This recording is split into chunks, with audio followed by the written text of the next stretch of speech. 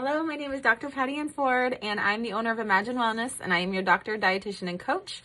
And I want to talk to you today if you've ever had the thought, I can't be hungry.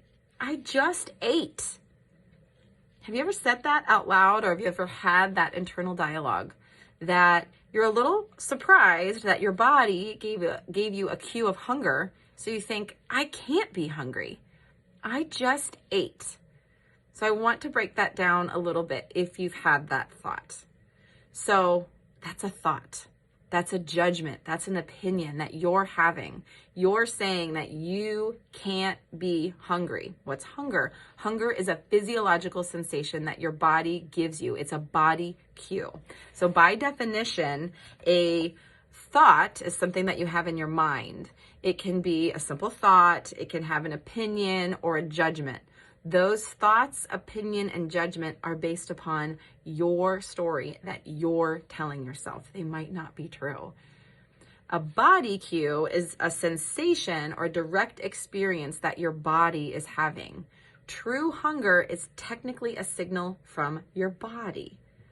Your body also carries a ton of emotions, a ton of experience that you have had since birth.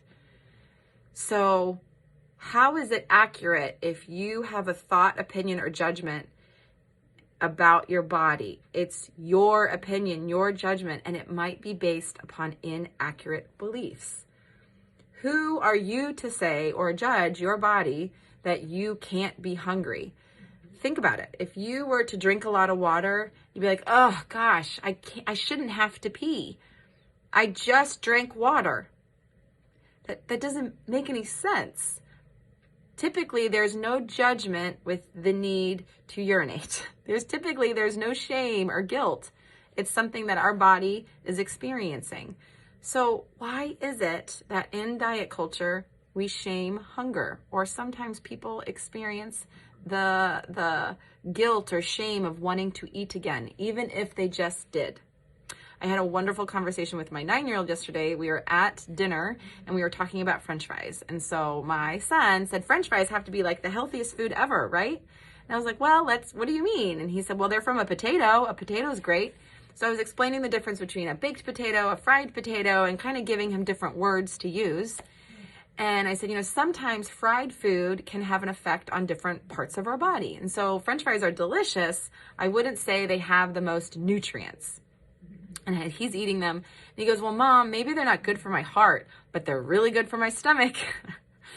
And it made me laugh. It made me giggle because I thought, you know what? He's experiencing hunger. French fries are definitely helping his hunger. He doesn't have any shame or guilt around that. And I don't want to give that to him. I want to give him that French fries, fried potatoes, tend to have higher fats in them, whatever they're frying them in. We were at Disneyland.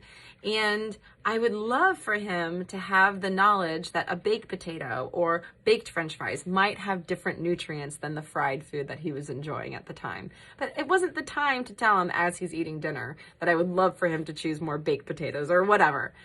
But he had such an intuitive. He goes, well, it's good for my stomach.